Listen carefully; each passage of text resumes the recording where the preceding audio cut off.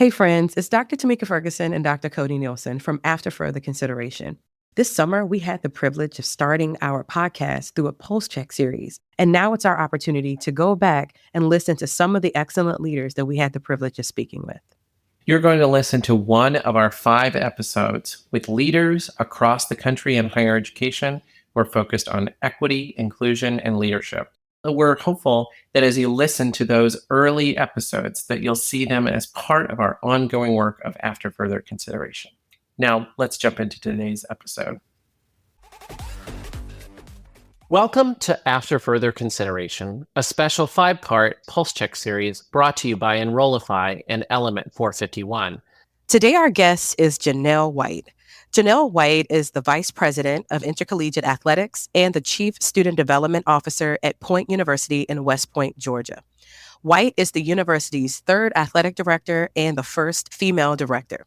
She has recently been recognized by Southern States Athletic Conference as the Athletic Director of the Year, and she is a proven leader in athletics as she was named one of Sport Illustrated's top 100 Black women in sports. White has led the transition of full membership of Point University from the Appalachian Athletic Conference to the Southern States Athletic Conference. She has also added women's flag football to the athletic department, which competes in the Sun Conference and had its inaugural season this past spring. White has oversaw 3 NAIA national tournament teams, multiple NAIA All-Americans, and even a conference championship team. Point University is a school in the National Association of Intercollegiate Athletics and has been recognized as a Champions of Character 5-star gold institution. She is very experienced in athletics. She has worked in the Division I level at multiple institutions, most recently as the Senior Associate Athletic Director for Internal Operations and the Senior Women Administrator at Indiana University, Purdue University, Indianapolis. She has also worked at institutions such as Alabama State University, Middle Tennessee State, and Louisiana State University. She's a native of Lawrence, Kansas, and was a former collegiate volleyball player at Auburn University. She has a master's degree in education and a bachelor's degree in business administration from Auburn University. With that long bio, Jaunelle, I am so glad that you are joining us. It seems like you do a lot and have a lot going on. So welcome to After Further Consideration.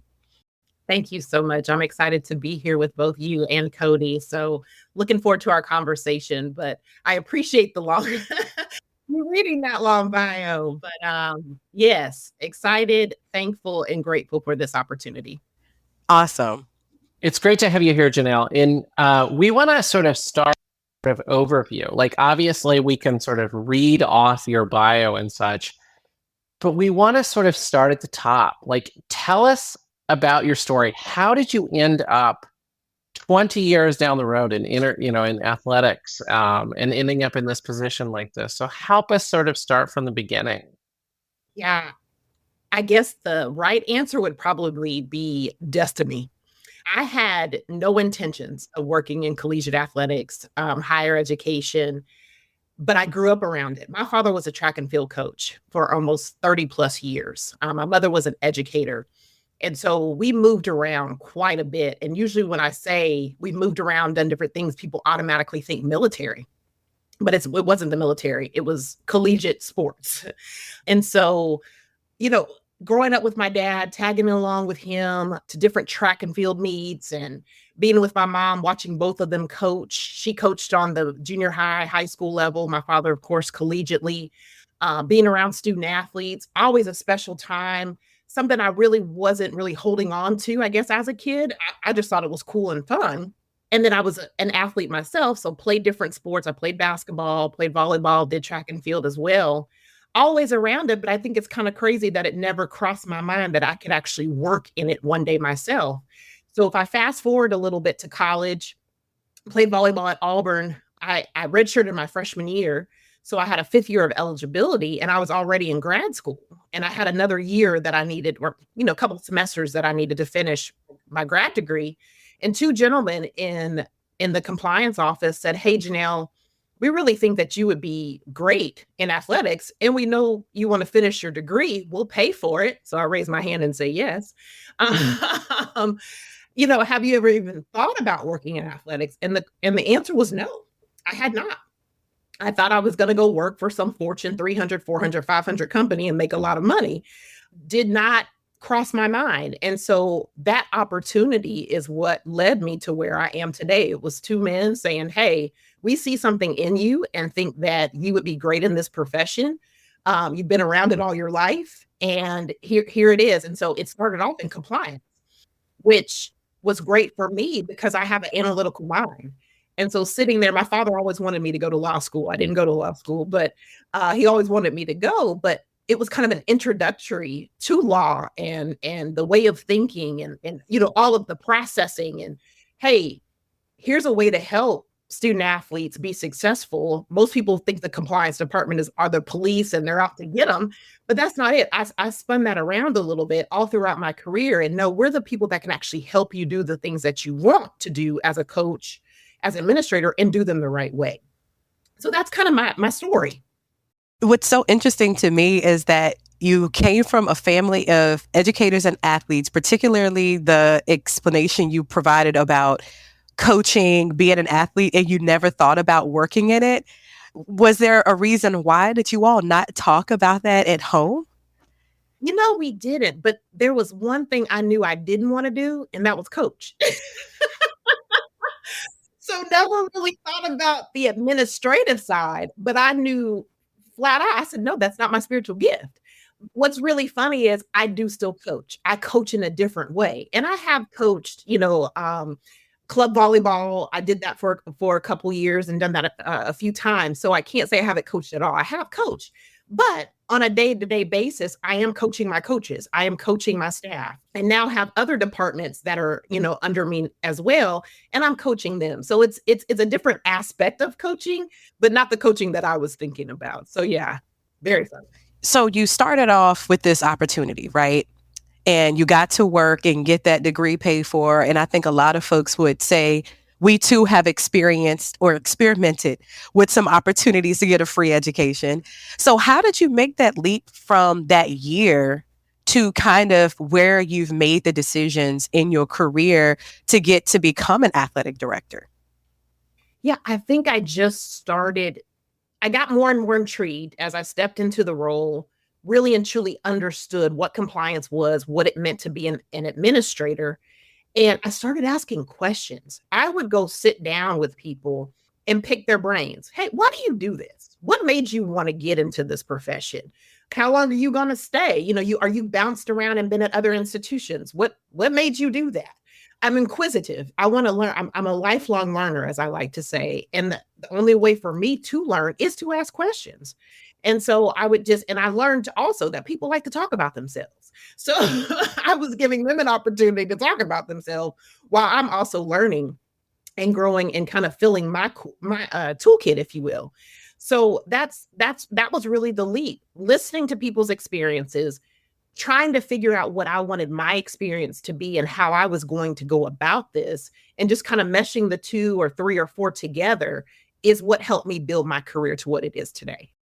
So one of the things I have before we really dive into more of like how some leadership questions and how you make some decisions, I noticed in reading your bio, and just because I've known you for a while and have followed your career for almost a decade, apparently, um, we're really interested in looking at leadership in different spaces, right? How do people lead from so many different perspectives?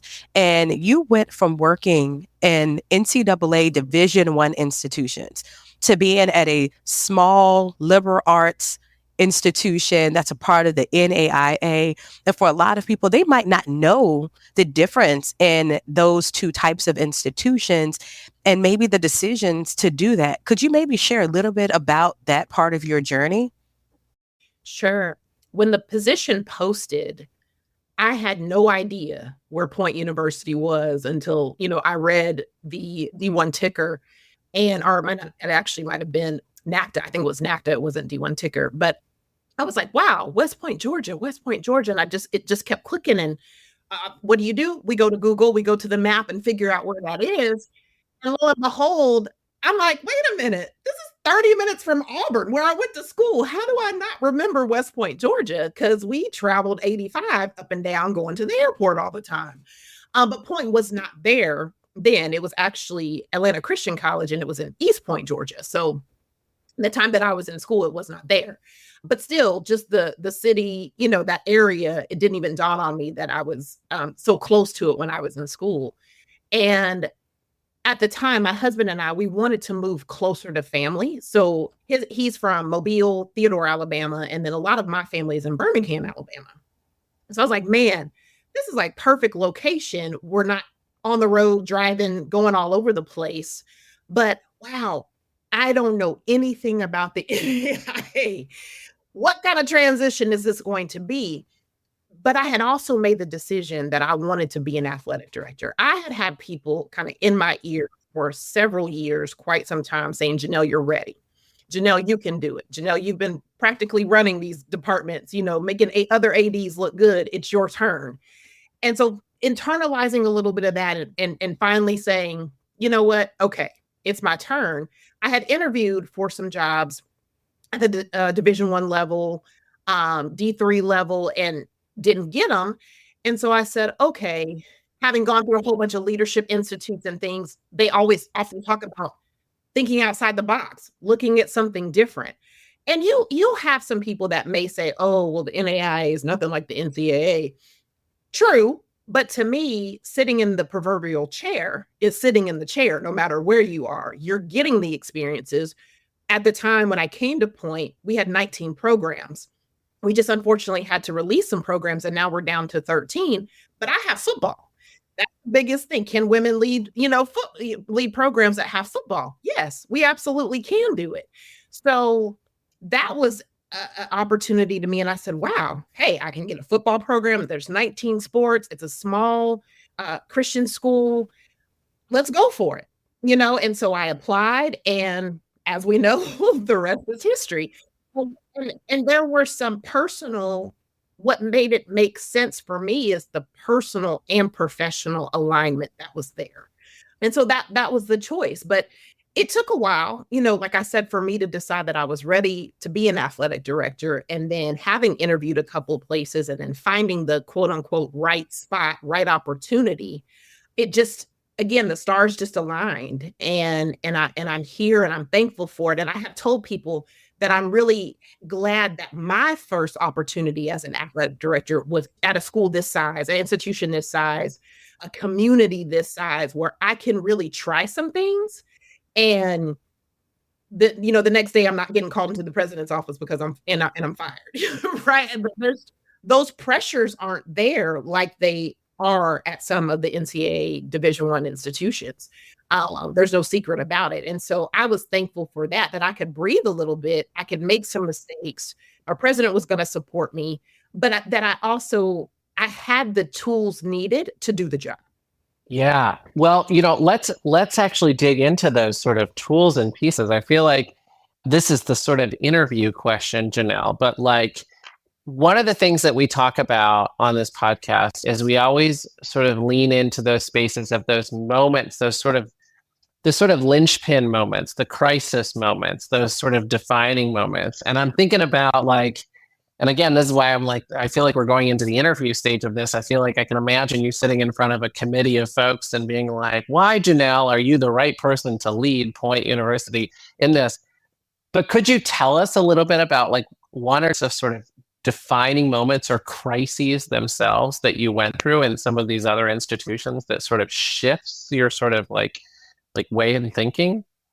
As much as I hate to keep using it, I think COVID is a really, really good example.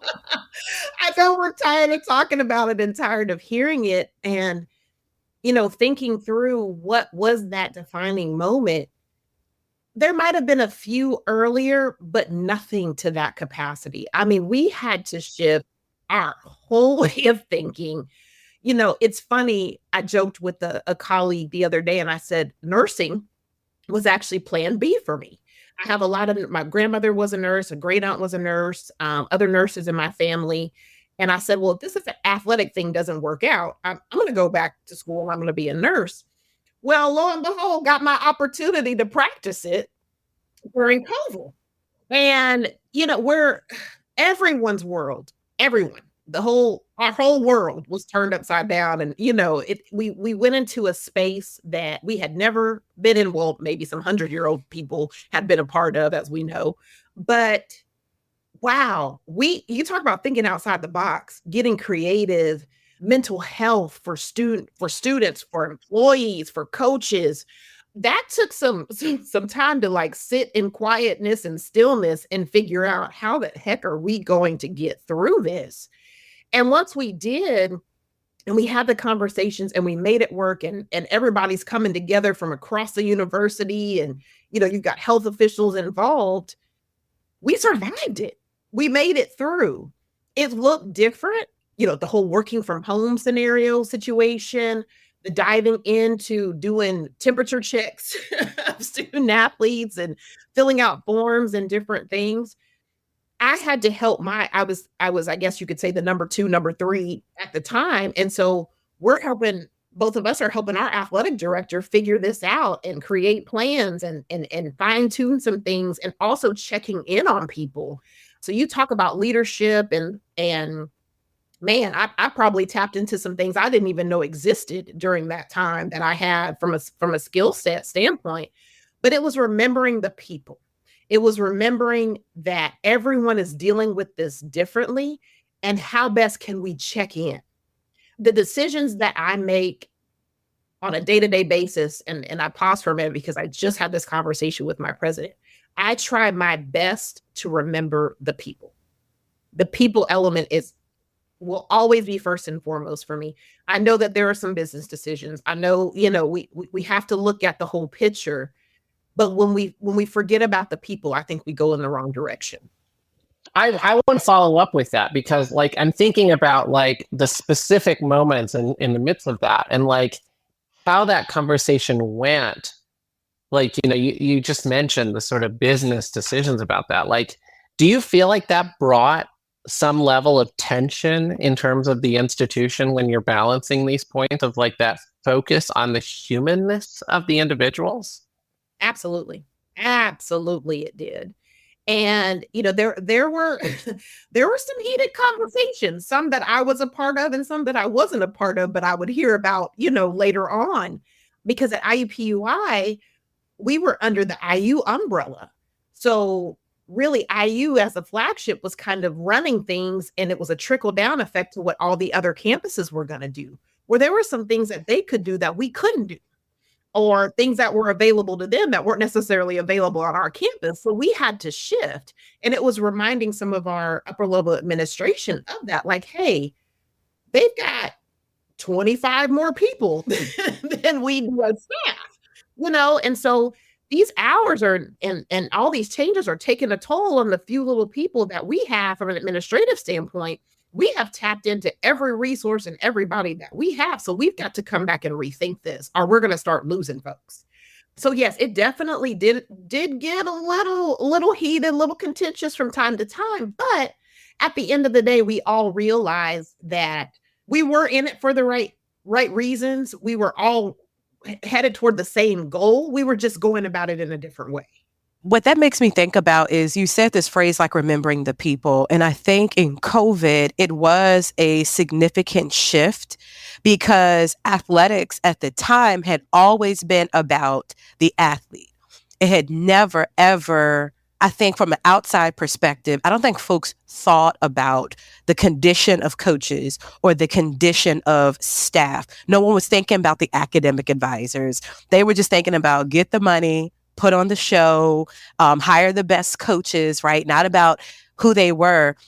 When you start thinking about how things have changed post-COVID within athletics, even in the position that you hold currently, what are some of the major crises or tensions that you feel that intercollegiate athletics is really facing right now that people should be thinking about, especially since it's almost like the COVID took the veil off of everything? I feel like people know way more about the inner workings of athletics than they ever did. It's not just about wins anymore. It's really about, as you were saying, people.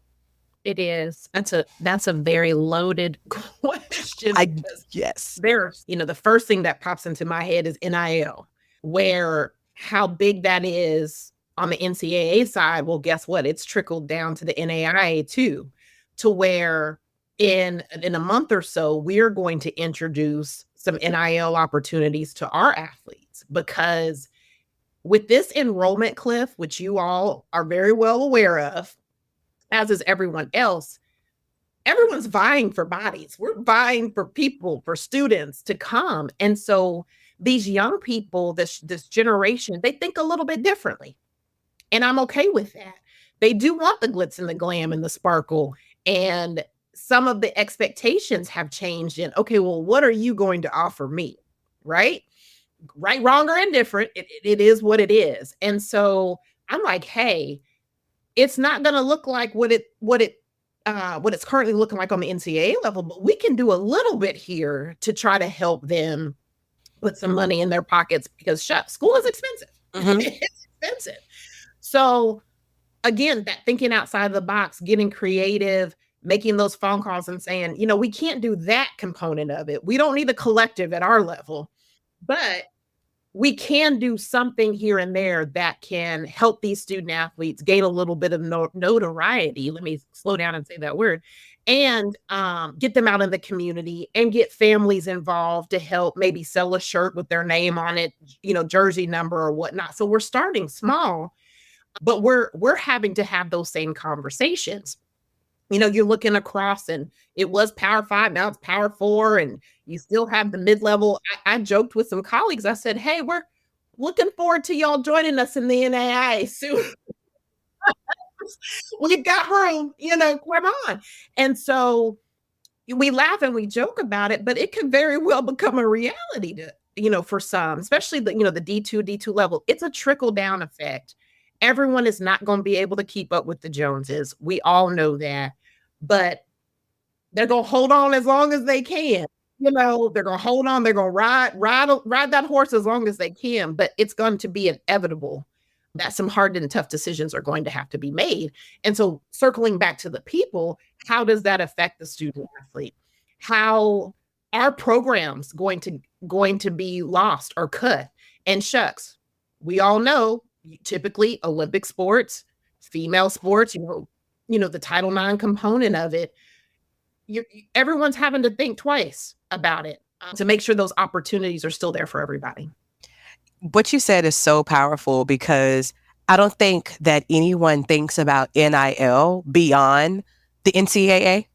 So now to know that even smaller institutions are not only trying to be creative, but you all are having to compete in a different way without the same amount of resources. And I'm interested in that because I think there's an equity aspect that's attached to that, right? Because some institutions, as you pointed out, while on the surface level, it looks as though they're able to still retain their space and their competitiveness, the reality is, from a business perspective, is that it's not possible. At some point, critical decisions, as you pointed out earlier, are going to have to be made. So, I kind of want to shift a little bit, because I want to get more back to you and learning more about some of the ways in which you've made decisions in the past. When you think about being a leader and having to lead people, and leading people not only through moments that are, very full of tension and negative or stressful, but just in making decisions, through some of the things that you've had to do when leading others, how have you used an equity lens? How have you made sure that your decision making was inclusive, that you were thinking about the multitudes of folks that you've been leading? I'm really interested in your thought process when it comes to that, because the people seem to be almost like a part of your professional philosophy. It's coming up in almost every part of your conversation, which I think speaks to not only a sense of morality and character, but an ethic of care and servant leadership. And I think that is powerful to see for folks who are leading in senior spaces like you are. Yeah, who knew this introvert could actually care about others? No, it really is. And I think it begins and ends with intentionality. I'm very intentional in everything that I do. I pause often and think before I speak, even to this day. I want to be effective in the spaces that I'm in. I like the quote, people don't care how much you know till they know how much you care. And that's really what drives me. I seek to build relationships with people first so that they know how much I care and how passionate I am about what I do. So when it comes time to have that hard conversation, they know where I'm pulling it from. It's often done in love. It really is in everything that I do. I care about you, but I also care about whatever the task is or whatever it is that we're trying to do. I hear often that I'm intimidating. Well, I'm a 6'1" Black woman. Like, I can't help that I'm intimidating. That and I usually have heels on, so I might be 6'2", 6'3" with my heels on sometimes. But if you get to know me or if you have a conversation with me, I'm really not as intimidating. However, when it's time to have a difficult, tough conversation, or we're sitting in a room one-on-one and I'm relaying to you or portraying to you my expectations, it could be a little intimidating, right? But I'm okay with that because I'm okay with who I am because I know who I am and I know what I can do either for you, with you, and what we can do together. And that's what I'm trying to convey and I look to convey in the beginning. So again, the relationship side of things is far more important to me, not from a standpoint of I need to be your friend. That's not it. But I do want to know about you. I do want to know what makes you click. I am going to push you outside of your comfort zone. Those were the conversations that I had when I came to Point. It was funny because some of the coaches were like, man, we were all scared. You had this NCAA background and you're coming here and we thought we were all going to be fired. What? Who's doing that? I can't come in and fire everybody. No, that doesn't even make sense. But I do bring a different, perhaps, mentality than my predecessor had because of the places that I've been and the experiences. It doesn't matter to me where you are, what level you're in. What we're going to do is compete. That is my expectation, that we compete no matter who's across the net, the field, the whatever the case may be. And so I think being true to who I am, understanding what my core values are, portraying those on a day-to-day basis, being hopefully that leader, that role model that I'm striving to be, and ultimately walking in my purpose is what defines my leadership. I love all that. I feel like we need to bottle that up and like make sure that the audience hears that. So, we'll just do that on repeat just a little bit. I think, with you being the chief development officer too, and of course you've shared your identities being a Black woman who's also tall. And so, here I am over here being the white cis het like person, like asking these questions, but like, I want to unpack that sort of intimidation part. And I think, a lot of my work comes from a sort of restorative lens. So I'm thinking like, how do you create a feedback loop? You're trying to move through that intimidation factor and like being able to build that trust. But how do you develop and like work through that team and overcome those fears with them through maybe like a restorative lens in terms of helping them to like trust you trust that, all of those pieces together? That is an ongoing process, honestly, because I have said to my coaches or to my staff, hey, this is a two-way street. I'm not perfect by any means. No one is. And so, sometimes I really even hate to say that, but I say that to say I am open to feedback. If I have said something that you didn't agree with, feel free to come back and tell me you didn't agree with it. I'm not going to get upset. Being the number two, if you will, for so long, I was the go-to person. People came to me. I was the one that relayed everything, to the AD. That was a tough shift for me because now I'm the AD and nobody wants to tell me anything. Nobody wants to come to me. And so I've tried to, for lack of better words, humanize myself. Like we do fun activities, as a staff. We've gone bowling. We did a retreat.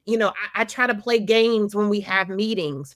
I laugh and joke. And I tell them that, like, I think my fifth pillar, if you will, when I introduced myself was, we're going to have fun in what we do. Yes, there's a time and a place for everything.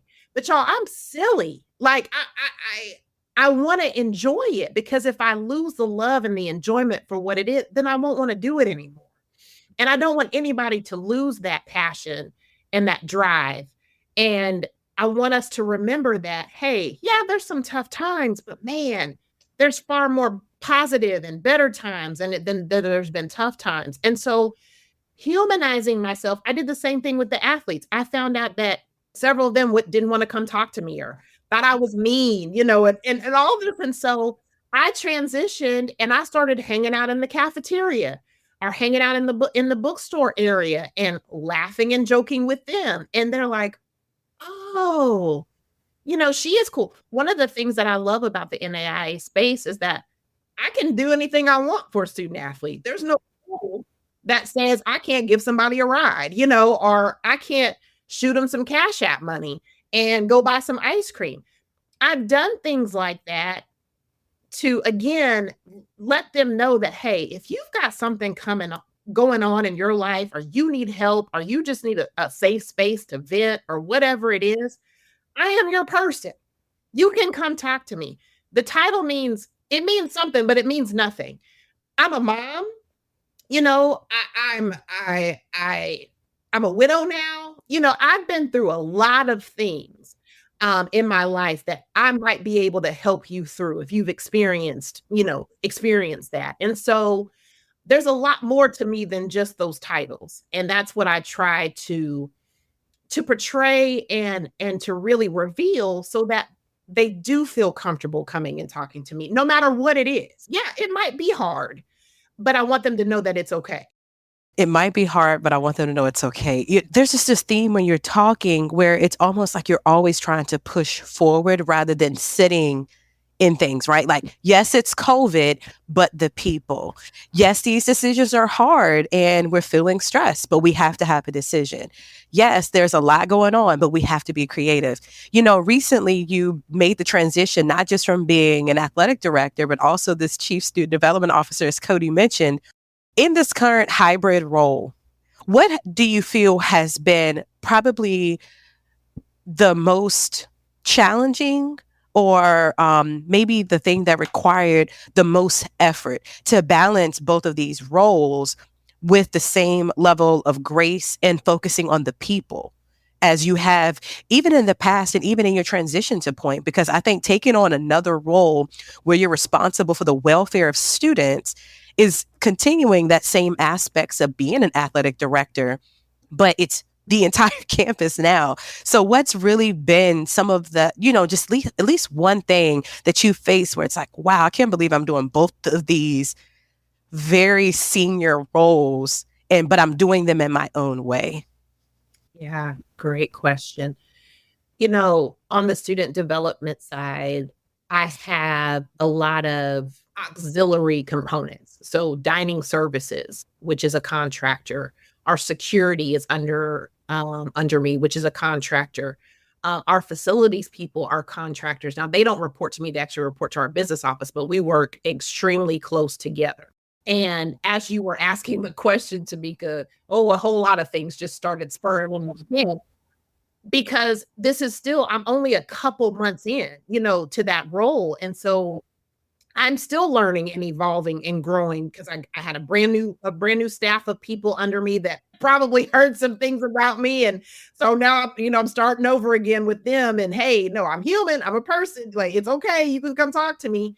I can be a little crazy from time to time, but ignore that. And understanding the communication with some of our contractors. And I'm one that I do my best not to assume, because we know what assumptions are. So I try not to take things for granted. But where I am a hands-off leader, I don't manage. And I've told people, if I have to manage you, you can't work for me. I've actually had to step into the management component just a little bit, and understanding how I'm going to communicate with all these contractors and what's going to work best for everybody, because it's going to look different for all of those components. And so who am I identifying on the staff that, hey, you take this group, I'll take this group, and you take this group, and let's all sit down at the table. So it's been a lot of, hey, can we sit down and meet? Oh, okay, we thought we got it together. No, we weren't on the same page. Okay, let's sit down and meet again because we've missed some pieces. And so that part in and of itself, I'm like, man, this is time consuming. Man, okay, I really have to tap into my resources. So I'm calling colleagues at different places like, hey, have you experienced this? What did you do? Please give me some suggestions. This is what I'm seeing. This is what I'm hearing.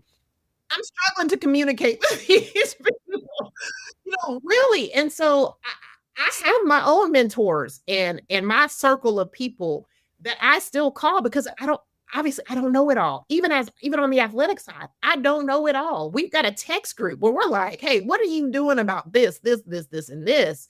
So again, continuing to learn, continuing to tap in, continuing to raise my hand and say, I don't know the answer, but I want to get it. I want to find it. So I'm still working through that, Tamika, to be quite honest with you. And it's been trial and error in these short few months. It has been trial and error. I do have a heavy load to lift because I can't forget about either side. I've got to keep everybody going in the same space. And the trick too is while on campus, the majority of our on campus student body are athletes, we have some that aren't. And guess whose responsibility it is to remember them? Man. So, me. So, wow. How are we making sure we're being inclusive of them and they don't feel left out because maybe sports aren't that thing, and that's okay. But what are we offering that's a non-sport related that's going to intrigue them and want them to stay at point? So as my daddy says about my household, Jaunelle, it's never a dull moment with 4 kids in your household. That's correct. It's never a dull moment at home, and it's never a dull moment on the job because there is always something. I love that. And I just want to sort of follow up. One of the things that we often ask our guests is sort of these actionable strategies that you would sort of share. And I think you're already doing that. Like, I think I'm sitting here taking notes and jottling down things as we go. And I think, sort of one last view is to expand upon that a little bit more in these strategies that you're sharing. And like anything that you can share from an equity lens that you would offer as like our listeners that are aspiring, senior administrators, some of them are, but sort of like apply that sort of equity lens to us. If you have any other actionable or additional sort of strategies that you can think of for us as we're sort of navigating challenging situations and even just our day-to-day roles. Yeah, when you approach things with intentionality, in my opinion, the equity component should become easy. When you're not being intentional with your thoughts and your actions, whether it's hiring, whether it's policy, whatever it may be, it's not going to work out. Someone's going to be left out. Someone's going to be upset, and it could get you in a lot of trouble. But when we are intentional and we pause for a minute and we think about those, like I said before, that are going to be affected in whatever it is that we're making, decision that we're making, it makes it that much more easier to me to finish out that policy or to hire that individual or to make sure that pool is encompassing everyone that it could potentially encompass, and you're giving everybody an opportunity to speak life into whatever it is that you're doing. Be intentional, be focused, be mindful, pause, take a look around. What does this department look like? Wow, did I miss something? Who can I tap into? As I just mentioned, build your village of people. My village is so meaningful to me. And if I were to write down, there was an exercise that I did at a leadership institute where I wrote down kind of like my village, my inner circles. I think we did it like an onion and peeled it out. And when I tell you, it is vast. It's people all across the interstate, not the interstate, but the United States. They're in different institutions, big and small, men, women, identify differently because I'm intentional about my circles, which goes back to all the way back for me to junior high. I was zoned for a certain junior high school. I didn't want to go there because it didn't look like the way that I wanted it to look. So I went to school where my mama was teaching because there was so much more diversity there. And I got so being surrounded by different people and cultures and socioeconomic livelihoods. All of that is what's built me into who I am today. So the answer to me is intentionality, looking for something different. You don't want a whole table full of yous. That's not going to work. You know, that piece about I want people at the table smarter than me. I absolutely want people at the table smarter than me. That's how we're going to get better. And they've got to look different. They've got to be from all different kind of backgrounds, walks of life, educational, whatever you want to put in there. Those are the institutions, those are the departments that grow and progress and really think about their students and make it better for them. What I appreciate about the conversation that we have had today is, I don't know, I love listening to not only podcasts, but TED Talks and YouTube videos. I just love listening. And so many times people use a lot of large words and they speak over people. I just wanted to let you know, I love how you explain things and you talk about things that people can really pick up and do something now in the present to shift that work that they're doing to where it's not just about diversity, but the way you've talked is like this equity and action perspective. And I appreciate it because I think some folks can be intimidated in their leadership and senior leader roles to do the things that you're like, I just do this with intention. And it's a part of who you are. So I just want to say thank you so much on behalf of Cody and I for joining After Further Consideration. This conversation has been so enjoyable and I can't wait to hear the feedback from the folks who get to learn from you, Jaunelle. Thank you so much again for having me. I too have enjoyed this and I've gotten better today. So I appreciate both of you.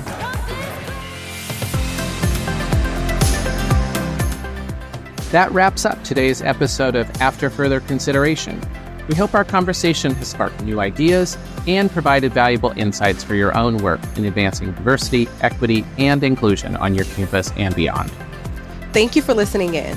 Remember, fostering meaningful change is a journey. Be encouraged and keep pushing the boundaries of what's possible in creating a more inclusive educational environment. After Further Consideration is a part of the Enrollify Podcast Network. If you like this podcast, chances are you'll like other Enrollify shows too. Our podcast network is growing by the month, and we've got a plethora of marketing, enrollment, and higher ed technology shows that are jam-packed with stories, ideas, and frameworks, all designed to empower you to be a better higher ed professional. Our shows feature a selection of the industry's best as your host. Learn from Brian Piper, Allison Tercio, Eddie Francis, and so many other of your favorite leaders in higher ed. Enrollify is presented by Element 451, the next generation AI student engagement platform helping institutions create meaningful and personalized interactions with students. Learn more at element451.com.